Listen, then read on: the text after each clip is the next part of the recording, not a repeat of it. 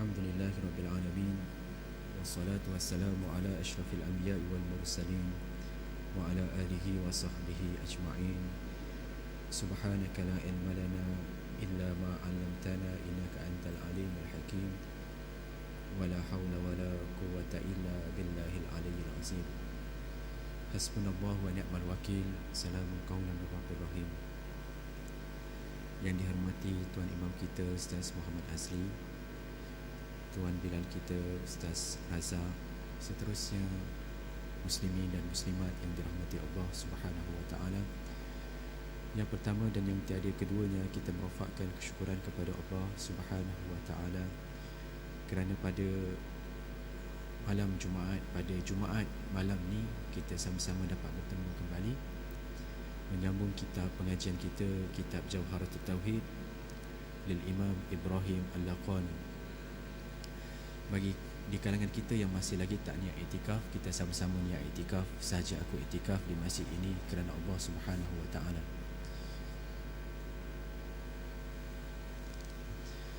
Hari ini kita akan membahaskan tentang kaifiyatut tartibin nazar biisbati huduthil alami lil yaqin biwajibil wujud. Bagaimanakah kaifiat, cara-cara untuk kita mentartibkan kita punya akal ni, untuk kita rasionalkan akal kita ni, untuk kita fahamkan akal kita ni tentang isbat, mensabitkan alam ini baharu lil yakin, untuk mendapati, untuk menghasilkan tentang kewajipan kewujudan Allah Subhanahu wa taala. Qala an-Nazim rahimahullah taala wa nafa'ana bihi wa bi ulumi fid darain amin. Satu syair menyatakan bahawa wa kullu ma jaza alaihi al-adamu alaihi qat'an yastahilu al-qidam. Setiap apa yang diharuskan, setiap apa yang mengharuskannya tiada, maka secara qat'inya, mustahilnya ia berkekalan ataupun ia sedia kala. Dalam erti kata, maksudnya macam mana? Setiap apa yang kita lihat di atas muka bumi ini, dia harus, maksudnya kita tengok alam ni, kita tengok bintang, kita tengok bulan, kita tengok tumbuh-tumbuhan, kita tengok haiwan, kita tengok manusia, yang pada asalnya jaza alaihil adam, yang di mana kita lihat dia wujud, kemudian dia tiada, maksudnya mati, hancur. Bumi ni hancur, binatang tu mati kena sembelih, ataupun tumbuh-tumbuhan tu telah dilenyek oleh kereta, ataupun tumbuh-tumbuhan tu dimakan oleh binatang, diambil oleh petani, kemudian diracun. Yang di mana secara akalnya kita menetapkan bahawa setiapnya yang wujudnya itu dia kemudian tiada, maka secara qat'inya, mustahilnya dia berkekalan. Maksudnya mustahilnya setiap apa yang ada kemudian dia tak ada, mati, hancur. Mustahil bagi akal untuk menghukumkan bahawa dia ni kekal. Maksudnya setiap apa yang dicipta di atas muka bumi ini pasti akan mati. Tu penyudahnya, penghujungnya.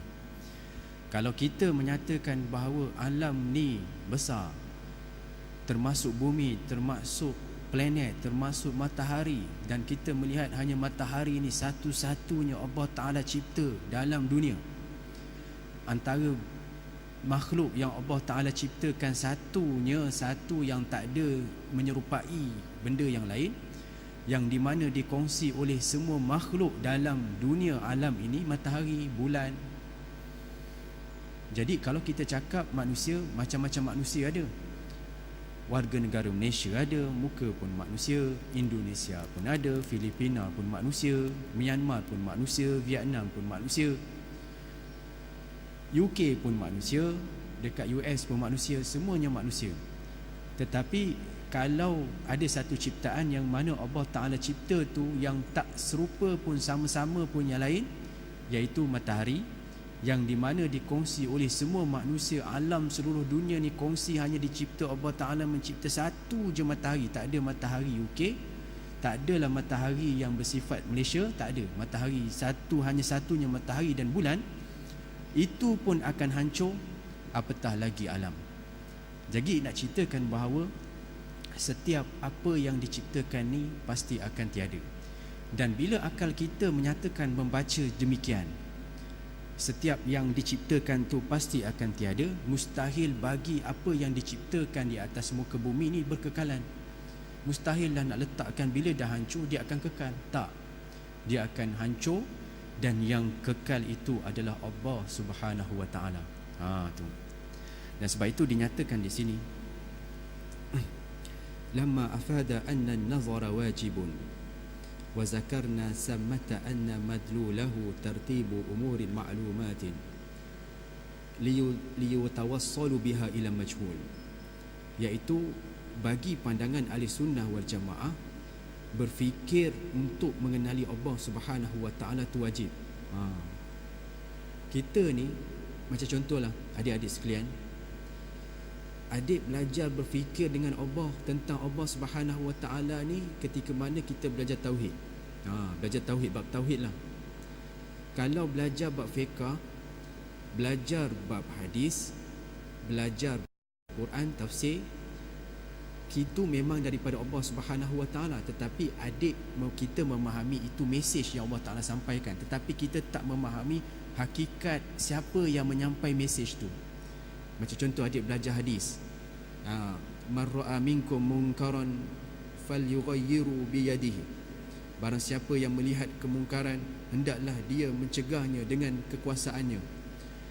Itu hadis datang daripada kalam Nabi Muhammad sallallahu alaihi wasallam. Ya, kita kenal Nabi Muhammad iaitu maksum, dan Nabi Muhammad dapat hadis ni pun semua daripada Allah Subhanahu wa taala. Tetapi apakah kita kenal Allah Subhanahu wa taala? Itu kita tak kenal. Sebab itu kita mempelajari hanya satu bentuk mesej dasar, tetapi kita tak mempelajari tentang akar umbi dia tu macam mana. Sebab itu kalau kita belajar macam contoh pokok yang berbuah cantik, daun dia hijau, dia mesti di bawah akarnya tu cukup kuat, dibaja. Jadi kalau tu bawah tu kuat, asas kita tu kuat, barulah kita boleh menterjemahkan, barulah boleh kita kaitkan, dan baru boleh kita melihat keindahan Allah Subhanahu wa taala dan keindahan Islam itu sendiri apabila asas tu terbentuk dengan kuat. Sebab kita belajar terus daripada atas, jadi kita tak memahami daripada sudut bawah. Jadi sebab itu kita tak memahami secara rohani, secara rohiyah tentang maksud apa yang Allah Ta'ala ingin sampaikan. Dan kita pula langsung tidak mengenali tentang Allah Subhanahu wa Ta'ala. Dan sebab itu dimasukkan di sini anna nazara wajibun. Nazara wajibun ni pandangan ni, kita memikir ni mesti kena wajib. Okey. Dalam bahasa Arab bila sebut melihat, dia ada 3 perkataan. Yang pertama ra'a melihat. Yang kedua dipanggil ra'a, kemudian basara, nazara dengan basara. Okey. Ra'a, nazara, basara kalimatun wahidah wa ma'nan wahid. Maksudnya ra'a, basara, nazara, basara ni dia maksud dia sama, melihat. Tetapi bahasa Arab ni dia kena detail lagi. Melihat tu maksud macam mana? Kalau macam contoh kita guna bahasa Melayu, bila cakap lihat, lihatlah.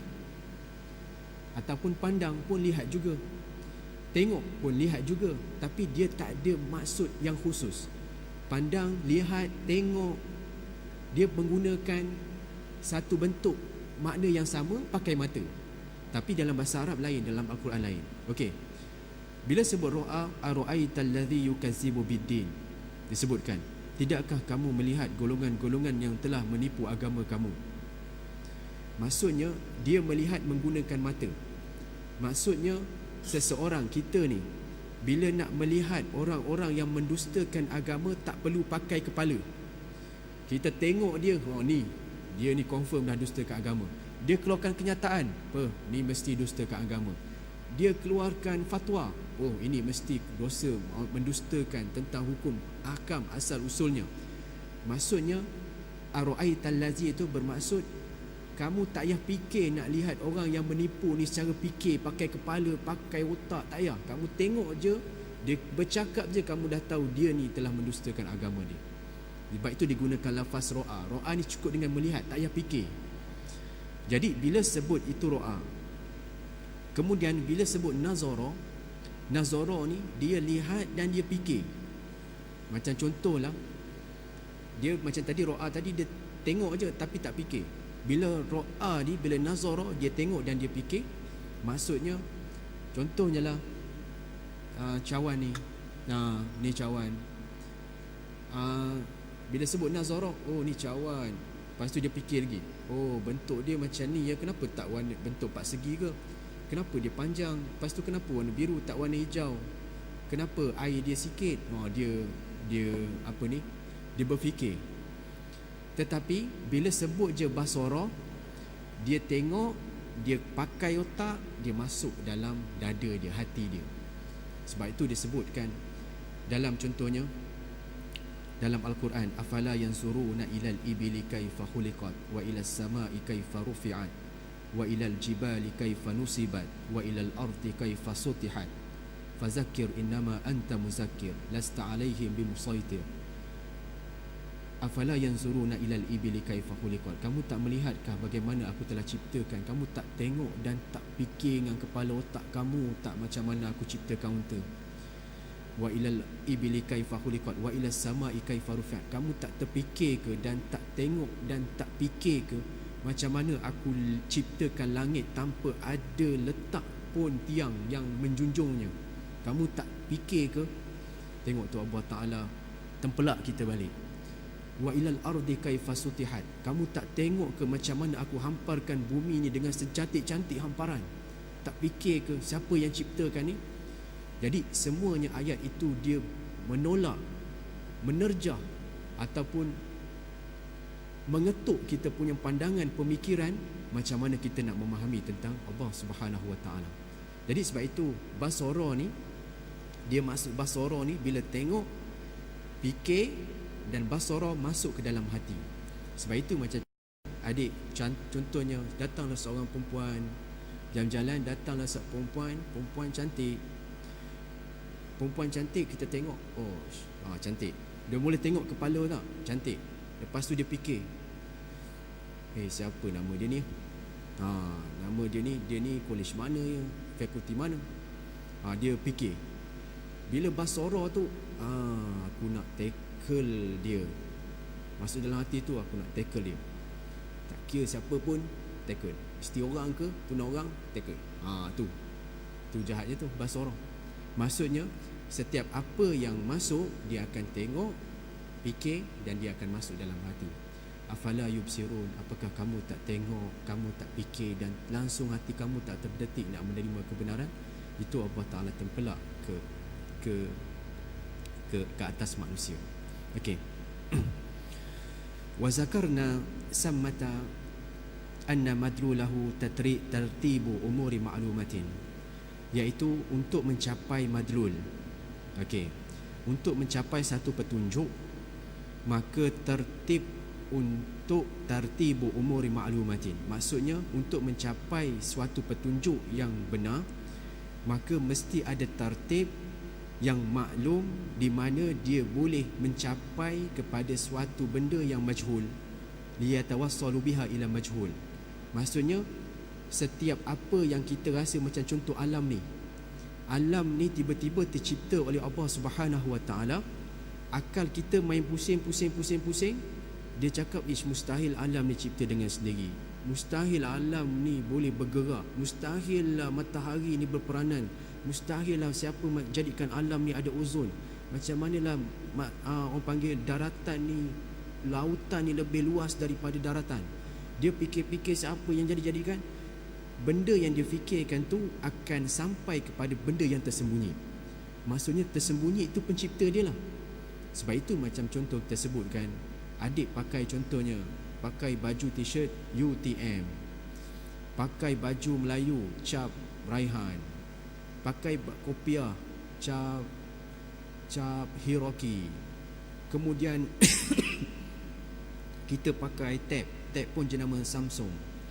Handphone iPhone, handphone Nokia, handphone LG, macam-macam. Setiap barang yang dicipta tu dia ada jenama. Jenama tu petunjuk kepada siapa yang mencipta barang tu. Jadi kita ni Allah Ta'ala letakkan semua dalam apa yang diciptakan ni. Allah Ta'ala tak letak pun siapa yang menciptakan tu. Tak ada pun cop dekat lembu ni, kat telinga dia tu Allah. Tak ada pun cop dekat daun tu Allah. Tak ada pun cop dekat apa-apa pun ciptaan. Tanah tu pun ada Allah, bulan tu pun ada Allah, kemudian matahari, tak ada. Jadi manusia tu wajibnya berfikir, dia nak mencari siapa yang mencipta semua ni. Sebab tu diberikan akal. Jadi akal itulah yang memandu siapalah yang mencipta ni. Sifat dia macam mana, besar ke, alim dia macam mana. Jadi semua tu akan dibahaskan. Kita akan bahaskan daripada konsep menurut pandangan Al-Imam Asy'ari daripada wujud, kidam, baqa. Kita tak masuk lagi bab wujud ya. Kita bab wujud tu sifat nafsiyah. Sifat nafsiyah tu sifat yang wajib bagi Allah Ta'ala. Dan sifat tu nanti nafsiyah, kemudian sifat salbiyah, sifat ma'ani, sifat ma'nawiyah, kemudian ma'ani. Itu kita akan masuk. Okey. Asyara huna ila kaifiyatin nazar wa tartibihi, yani iza ta'ammalta al-alima, iza ta'ammalta al-alam wa syahidta ahwalahu al-hissiyyati wal-aqliyyah tuqarriru indaka minha muqaddimatani. Sekiranya kita melihat alam ini dan kita memperhatikannya daripada sudut hissi. Hissi ini yang dirasai, dan daripada sudut akal. Sesungguhnya yang pertama tuan-tuan akan dapat dua pandangan. Wahiyas sughra, ini pandangan yang paling kecil sekali. Al-alamu jaizun alaihil adam, bahawa alam ni harus baginya tiada. Maksudnya macam mana? Alam ni boleh hancur. Jadi bila alam ni boleh hancur, untuk apa kita kejar sesuatu benda yang ia hancur? Tu otak kita tu kena fikir. Bila alam kita ni hancur, untuk apalah kita kejar sesuatu benda yang di mana ia juga akan hancur? Sepatutnya bila kita tahu ada satu alam yang kekal abadi, maksudnya kita kena all out segala apa yang kita ada untuk meraih, untuk mendapatkan, bawa bekalan kepada suatu benda yang kekal abadi. Manusia pada hari ini, dia tahu alam tu hancur, tetapi dia memperbanyakkan segala bentuk-bentuk hasil usaha dia bermati-matian untuk dia hasilkan, untuk dia hidup senang lenang, mewah-mewah kepada satu dunia yang sementara. Dan apa yang dia dapat tu pun sementara. Dan dia meninggalkan satu kehidupan yang kekal abadi. Dan dia saat meninggal satu amalan yang amalan itu boleh ditimbangkan, yang boleh mengabadikan dia ke dalam syurga. Jadi manusia kena fikirkan macam tu. Maksudnya itu peringkat. Sebab itu dunia ni orang panggil macam-macam pandangan. Sebab itu kalau kita nak bincang bab dunia, nak bincang secara akademik lah, kita nak bincang akademik tasawuf ni dengan antara dunia ni, dengan orang yang belajar tasawuf dengan orang yang tak belajar tasawuf lain. Sebab itu bagi seseorang sufi ahli pandangan, dia tak boleh nak berdebat, tak boleh nak berbincang tentang hal dunia dengan orang yang tak belajar tasawuf. Sebab bagi orang yang tak belajar tasawuf, yang melihat dunia ni segala-galanya, dunia ni sebagai alat, dunia ni lah tempat mewah, dunia ni lah kumpul kekayaan, dunia ni lah segala-galanya, dia takkan faham apa yang dipelajari oleh tasawuf. Tasawuf tu lain. Jadi sebab itu ilmu tu dia ada martabat-martabatnya. Dia nak sampaikan tu kepada golongan-golongan yang dia faham. Kalau dia ni, sebab kalau dibahaskan tentang dunia kepada orang yang mengejar dunia, dia takkan boleh terima. Sebab itu disebutkan di sini, kalau sekiranya kita memerhatikan secara terperinci tentang apa yang wujud dalam alam ini, maka sudah tentunya alaihil adam, bahawa alam ini seharusnya dia boleh tiada. Dalam tiada tu maksudnya hari kiamat ni berlaku bila-bila masa je. boleh hancur bila-bila je.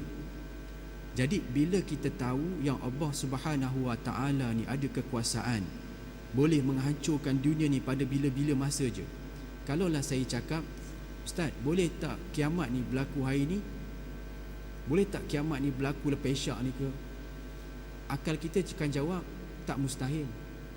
Tetapi seperti mana yang Allah Ta'ala tetapkan dan seperti mana yang Rasulullah sebutkan, kiamat ini akan berlaku setelah mana benda-benda ini akan berlaku. Jadi kita tak bolehlah nak cakap, Ustaz, kiamat boleh tak berlaku lepas Isyak ni? Mana boleh. Jadi bila tuan-tuan cakap mana boleh, dia seolah menafikan kekuasaan Allah Subhanahu Wa Ta'ala nak meletakkan alam itu boleh kiamat. Kita akan cakap Allah Ta'ala berkuasa nak letakkan kiamat tu bila-bila masa saja yang dia kehendaki. Tetapi seperti mana yang dikhabarkan oleh Rasulullah, iaitu kekasih Allah Subhanahu Wa Ta'ala, bahawa sebelum kiamat itu akan berlaku, ada peristiwa-peristiwa yang akan berlaku sebelum berlakunya kiamat. Jadi benda tu tak berlaku lagi. Jadi dah benda tu berlaku, turunnya Nabi Isa, kemudian bunuhnya Dajjal, barulah kiamat itu akan berlaku. Jadi sebab itu akal kita secara realitinya kena faham bahawa bila dunia ini akan hancur bila-bila masa saja, dan bila apa mana pun malapetaka, bencana yang boleh timpa ke atas kita waktu bila-bila saja atas kehendak Allah Subhanahu Wa Ta'ala, mustahil bagi kita untuk diri kita melakukan dosa.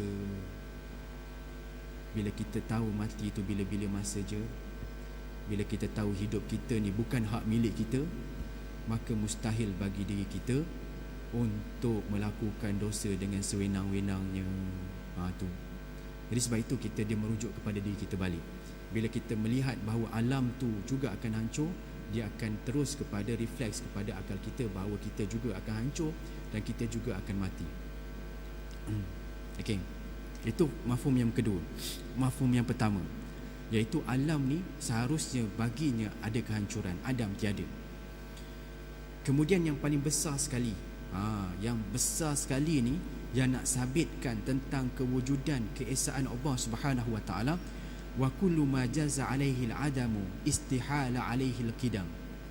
Setiap apa yang harusnya baginya kehancuran, mustahillah baginya dia berkekalan. Maksudnya alam ni, ada di kalangan ahli falsafah menyatakan bahawa alam ni takkan hancur. Yang hancur manusia. Tetapi adik boleh tengoklah, orang panggil istilahnya, tengoklah filem-filem, dia nak lambangkan kehancuran dunia. Kalau adik tengok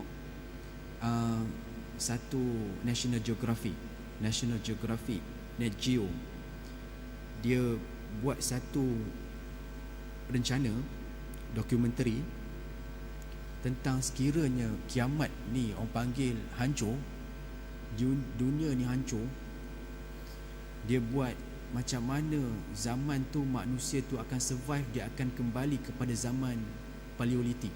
Macam tu. Komputer habis hancur, maklumat hancur, bangunan, data semua hancur. Orang yang pandai-pandai jenis pun hancur, mati. Dia akan kembali manusia tu kepada zaman Paleolitik, zaman tak tahu apa-apa. Dia nak bina tu balik. Itu dia punya ramalan. Dia ingat dunia ni hancur macam malapetaka, meletup apa-apa, kemudian manusia tu ada baki 102 orang, dia ni survive, dia ni akan bangkitkan dunia balik. Dia ingat macam tu. Tak. Bila kiamat ni berlaku, ditiup sangkakala kedua, habis, tak ada siapa yang selamat. Jadi sebab itu kita ni, orang panggil Barat, dia meletakkan, kita tak menafikan Barat cukup cerdik dalam menghitung tentang apa yang berlaku. Tetapi kita bagi Islam, orang Islam, kita nak sabitkan benda ni kebenaran dengan apa yang disampaikan dengan wahyu. Kalau kita kaitkan, menjadikan kita lebih beriman dengan Allah Subhanahu Wa Ta'ala. Jadi sebab itu, setiap apa yang kita refleks tu, kita baca, kita tengok, kita lihat, dia refleks kepada kekuasaan Allah Subhanahu Wa Ta'ala. Dia akan kembali kepada sifat wujud Allah Ta'ala. Dia kembali kepada sifat Allah Subhanahu Wa Ta'ala yang memberi manfaat dan Allah Ta'ala yang memberi mudarat. Okey. Bila sebut tentang sifat sughra ni,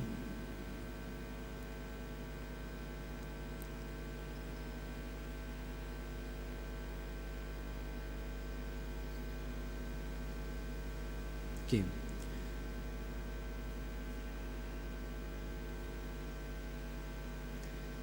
Amma bayani sughra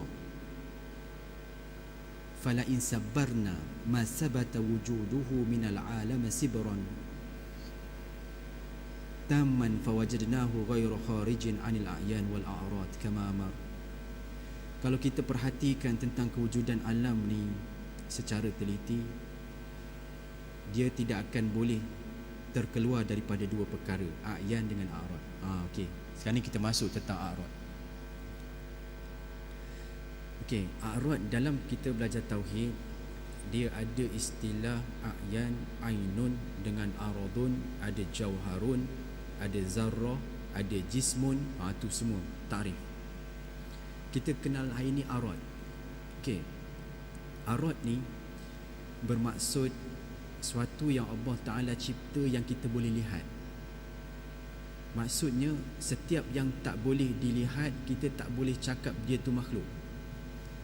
Setiap yang tak boleh dilihat, kita tak boleh cakap dia tu wujud. Sebab itu ulama' mutakallimin, sebelum dia nak membahaskan suatu benda yang gaib, dia membahaskan suatu benda yang nampak. Jadi dia bahaskan dulu benda yang nampak, a'rad. Macam contoh a'rad ni, tangan, jam, kemudian penutup cawan ni, buku, mikrofon, kemudian tempat letak air ni, ni semua a'rad. Kipas, semua ni a'rad. Dan a'rad ini, itu yang kita lihat daripada perspektif makhluk. Tetapi a'rad ni kita tak boleh nak melihat juga perspektif ketuhanan.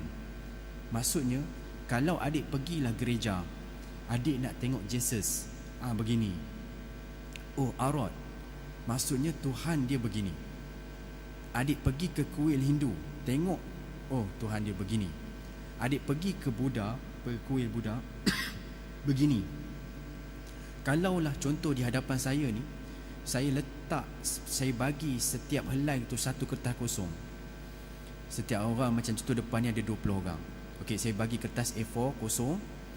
Saya cakap bagi arahan, okey, lukiskan gambar syaitan, hantu yang kamu tahu lah. Gambar syaitan macam mana? Confirm 20 ni bila saya collect balik kertas, tak ada hantu dia yang sama, semua lain-lain. Benda tu datang daripada mana? Benda tu datang daripada mungkin kita tengok filem cerita hantu. Mungkin kita pergi ke Villa Nabila, kita jumpa hantu, oh ni hantu macam ni. Dia dilukis daripada dia describekan, kemudian dilukis kat sini. Kemudian kemungkinan kita dengar cerita hantu ni daripada mak ayah kita. Kita tak tengok filem, kemudian mak ayah kita bagi tahu hantu macam ni, gigi dia panjang, rambut dia panjang, semua macam tu. Jadi apa yang diberitahu tu kita tulis dalam kertas putih tu, itu nak ceritakan bahawa setiap apa yang dibayangi, yang tertulis, yang dibayangkan oleh akal itu pun juga bukan Allah Subhanahu Wa Taala. Sebab itu kita tak boleh nak main-main dalam masalah ni. Macam contohlah, kita banyak bahaskan dengan antara bagi golongan fahaman yang menyatakan macam contoh, yadullaha fawqa aydihim. Okey, yadullaha fawqa aydihim. Ayat ni dia menyatakan bahawa tangan Allah Subhanahu Wa Taala lebih berkuasa daripada tangan-tangan yang lain. Bagi golongan Wahabi, dia mentakrifkan ayat ini yadun. Allah Taala tu memang ada tangan, tetapi janganlah bayangkan tangan Allah Subhanahu Wa Taala. Okey, apa pandangan ahli sunnah wal jamaah? Jadi sebab itu ahli sunnah wal jamaah ni, kalau adik tak nak bayang, adik confirm akan bayang. Sebab bila sebut je tangan, dia akan letakkan tangan tu macam mana. Adik pergilah tangan manusia, takkan tengok tangan macam ayam. Adik pergilah ke kuil Hindu, tangan dia ada 8. Dia akan terbayang tangan juga. Pergi ke sana gereja, tangan juga. Jadi tangan ni macam mana? Adik kita akan terbayangkan bahawa tangan tu tangan macam tu. Jadi sebab itu ahli sunnah wal jamaah bila berdebat dengan puak Wahabi ni, setiap perkataan yang di mana dia tashbih, dia mesti ada supaya pemahaman tu jelas dan manusia tidak boleh menggambarkan selain daripada tu. Sebab itu yadullah tu, tangan tu, ihtimal ditafsirkan, ditakwilkan kepada al-qudrah, iaitu kekuasaan Allah Subhanahu Wa Taala lebih tinggi daripada kekuasaan mereka. Jadi kalau kita letak yadun, samalah juga kita mensabitkan Allah. Kalau kita cakap Allah Ta'ala tu ada tangan, samalah kita tajsimkan Allah Subhanahu Wa Ta'ala Maha Suci, subhanallah. Macam contoh Ar-Rahmanu ala arsyistawa. Bagi golongan setengah golongan Wahabi juga, dia menyatakan bahawa Allah Ta'ala ni Ar-Rahmanu ala arsyistawa, Allah Ta'ala ni memang duduk di atas arash. Okey, kita pakai guna akal lah macam ni adik. Sebab itu dalam hujah mutakallimin, dalam tauhid, otak kita ni kena cepat pick up. Dia punya prosesor dia kena i7. Dia tak boleh prosesor Celeron ke, tak boleh. Dia kena cepat. Sebab kita nak menafikan segala kekurangan pada Allah Ta'ala. Kalau dia bercakap Tuhan kamu macam ni, tak, Tuhan kita bukan macam ni. Kita nak menafikan, kita yakin apa yang kita sembah Allah Ta'ala macam ni. Okay, kalau dia mengatakan bahawa Allah Ta'ala itu duduk, setiap apa yang dia duduk, makhluk ni duduk, dia mesti ada ruang. Macam contoh, saya duduk kat kerusi ni. Ruang kerusi ni begini, besar. Kalau Allah Ta'ala duduk dekat kerusi, sure Allah Ta'ala ni ada ruang. Dan ruang tu lebih besar daripada dia. Dan apakah bila ruang tu lebih besar daripada dia tu, Allah Ta'ala tu berkuasa, ataupun ruang tu lebih berkuasa daripada dia, ataupun ada yang menciptakan ruang itu, Allah Ta'ala boleh duduk. Tuan-tuan akan berfikir, mustahil. Sama sekali akal kita menolak. Akal kita sama sekali, orang panggil, tak boleh terima hujah ni. Sebab itu kita nak cakap, orang panggil, nanti kita akan masuk kepada satu pendetailan tentang arad. Dan itulah antara salah satunya akidah yang kita perlu pegang, supaya kita tahu bahawa Allah Subhanahu Wa Ta'ala Maha Suci. Allah Ta'ala menyerupai daripada setiap apa perbuatan anggota badan manusia ataupun anggota badan makhluk-makhluk yang lain. Tetapi malangnya daripada kita, macam contoh, kalau adik baca satu sebab itu kita nak baca buku, adik kalau nak baca buku tu kena tengok, tak boleh baca buku. Macam contoh, ada semalam saya baca buku Al-Aqidah As-Safiyah, akidah yang tulus, suci, yang bersih. Safiyah ni bersih lah. Dia datangkan satu ayat Al-Quran tentang Allah Subhanahu Wa Ta'ala ni ada wajah. Kemudian golongan yang karang kitab ni, doktor dengan musyrif, dengan profesor doktor dekat Universiti Madinah, dia cakap Inna Allah Subhanahu Wa Ta'ala lahu wajhun. Allah Subhanahu Wa Ta'ala ada wajah. Ya'udzubillah. Jadi kalau tuan-tuan baca ni, tanpa kita ada ilmu, tanpa kita ada ilmu asas ni, nak menafikan Allah Subhanahu Wa Ta'ala ni tak sama dengan makhluknya. Kalau kita tak ada ilmu tu, kita akan cakap, Allah Ta'ala betul lah, Ta'ala ni ada Quran, Allah Ta'ala sebut ada wajah. Kenapa pula kita nak tukarkan Allah Subhanahu Wa Ta'ala ni daripada wajah ni, kita nak tukar kepada takwil, nak tukarkan, tafsirkan kepada bahasa lain. Jadi kita ni orang panggil, tu kena ada ilmu bahasa Arab, kena ada ilmu segala-galanya. Jadi sebab itu asas tu, nak belajar tu kena ada. Adik kalau nak belajar, boleh belajar baca buku, faham betul-betul.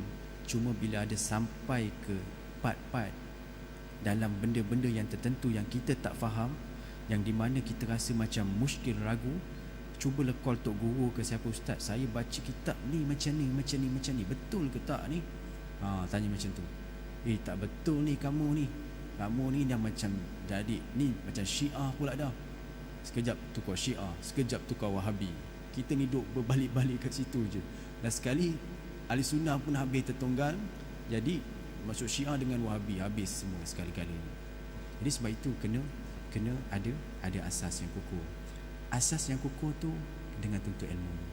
Adik rajin datang tuntut ilmu, datang kuliah, dengar apa yang disampaikan oleh ustaz-ustaz yang MSI sediakan. Okey. Bila je sebut tentang alam ni, dia tidak terkeluar daripada a'yan wal a'rad kama mar, maka sudah tentulah dia ni tidak kekal. Sebab itu bila kita nyatakan setiap benda yang wujud di atas muka bumi ni yang kita boleh lihat, sememangnya dia tidak akan kekal. Kalau sebelum ni kita balik kampung, lihat mak ayah kita yang melahirkan kita, umur dah 50-40 tahun, Mungkin 20 tahun tu nanti kita akan lihat akan datang mak ayah kita tak ada. Macam tu. Akan pergi. Dan akan bawa amalan masing-masing. Dan kita juga akan pergi. Tetapi masalahnya bila kita ni tahu yang kita ni mati, tetapi kita ni tak bersedia untuk menghadapi kematian. Itu masalahnya. Sebab itu di antaranya kalau kita baca Imam Ghazali ni, kitab Imam Ghazali, contohnya kalaulah kita ni akil balik, contohnya kita buat dosa ni contohnya 15 tahun. Kita fikirlah, kita akil balik ni umur 15. Kita buat dosa sampai 15 tahun. Umur tu jadi 30 tahun lah. 30 tahun. Jadi bila sampai 30 tahun tu, kita kena ada 30 tahun lagi masa untuk bertaubat sebenarnya. Macam tu Imam Ghazali cakap. Mustahil lah kamu buat dosa 30 tahun, kemudian kamu nak beramalan 5 tahun, kemudian terus boleh masuk syurga. Tak boleh. Kamu sekurang-kurangnya kena ada backup balik 30 tahun. 30 tahun tu kamu umur nak dapat mana? Kamu ke yang tentukan umur tu? Kamu ke yang tentukan segala-galanya? Kamu ke yang tentukan hidayah atau petunjuk tu? Usaha. Itu semua daripada Allah Subhanahu Wa Taala. Jadi sebab itu kita ni kena perhatikan kehidupan macam tu. Jadi sebab itu orang panggil kita kena tahu tentang asal usul kita. Kita tahu penghujung hidup kita. Kalau kita lalu, adik lalu semua, insya-Allah capai kepada kebahagiaan yang di mana kebahagiaan hakiki, iaitu kita mengenali Allah Subhanahu Wa Taala. Dan sebut bila kenal Allah Subhanahu Wa Taala ni, orang akan cakap, sebelum ni ada seorang tanya, Ustaz, saya ni tak semayang subuh rasanya dah 5 tahun. Dia tak semayang subuh 5 tahun. Lepas tu Ustaz, saya nak qada time sembahyang tarawih. Orang buat tarawih, saya buat semayang subuh, qada. Maksudnya dia ikut tarawih, tapi orang niat semayang tu memang ikut tarawih, tapi dia semayang tu semayang subuh qada. Kalau macam contoh 20 rakaat, macam contoh 20 rakaat, dia buat tu 20 rakaat tu dah hari tu malam tu dah dapat dah 20 hari.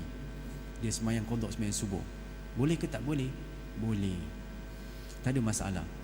Sebab itu kita sebutkan macam contoh, kalau sekiranya dia merasakan dosa dia tak semayang, sebab tu kita kena tahu bila kita buat dosa ni, kita kena tengok balik apa yang kita lakukan tu. Kena qada balik. Kalau tak semayang subuh, semayang subuh tu lah kita kena qada. Carilah jalan macam mana pun nak qada semayang subuh tu. Tak apalah tak semayang tarawih pun tak apa, yang penting subuh tu adalah lebih penting. Sebab kita akan dinilai, diqadakan balik, ditentukan balik. Puasanya lagi, itu tak kira puasa lagi. Jadi sebab itu antara, sebab itu nak menuju jalan Allah Subhanahu Wa Taala, dia bukan satu benda yang senang. Nak mencapai mengenali Allah Subhanahu Wa Taala bukan suatu kita relax duduk dalam aircon. Kita boleh baca berzikir sambil duduk dalam aircon, menyandar, duduk kapet empuk, kemudian kita berzikir, baca Quran, duduk dekat atas tilam yang lembut, kemudian pasang aircon, kemudian bilik cantik. Bukan. Kita nak mengenali Allah Subhanahu Wa Taala tu, dia kena melalui jalan yang susah, supaya baru kita kenal pengertian susah dan ada khauf dan roja, iaitu khauf, takut dan pengharapan kepada Allah Subhanahu Wa Taala. Jadi cukuplah untuk pada hari ini. Okey. Jadi insya-Allah kita akan sambung pada minggu yang akan datang. Dan kita akan bahaskan, kita baru bahas tentang arad. Arad ni pun sebenarnya, arad ni pentakrifan dia ma la yaqumu bi nafsihi. Dia ni, arad ni dia tak boleh hidup diri sendiri. Dia ni nak hidup, dia mesti dibantu oleh benda yang lain. Tu kita akan maksudnya arad tu, maksudnya bumi ni dia takkan boleh hidup terus kekal, melainkan ada yang menguruskannya, ada yang bagi tertentu. Kita ni macam contoh, kita ni takkan boleh hidup kalau sekiranya tak ada makanan, tak ada udara, tak ada air. Maksudnya dia nak hidup ni, dia bergantung kepada orang lain baru dia nak hidup. Benda ni yang dicipta ni, dia nak hidup ni, dia nak terus kekal ni, mesti ada yang benda yang kekalkan dia boleh duduk macam ni. Kalau tak, dia akan hancur. Jadi itu nanti kita akan bahaskan pada minggu yang akan datang. Dan maaf atas segala kekurangan dan kelemahan. Wabillahi taufiq wa hidayah. Assalamualaikum warahmatullahi wabarakatuh. A'udzubillahi minasyaitonirrajim. Bismillahirrahmanirrahim. اللهم اهدنا بهداك واجعلنا ممن يسارع في رضاك ولا تولنا وليا سواك ولا تجعلنا ممن خالف أمرك وعصاك. ربنا افتح بيننا وبين قومنا بالحق وأنت خير الفاتحين. وصلى الله على سيدنا محمد وعلى آله وصحبه وسلم والحمد لله رب العالمين.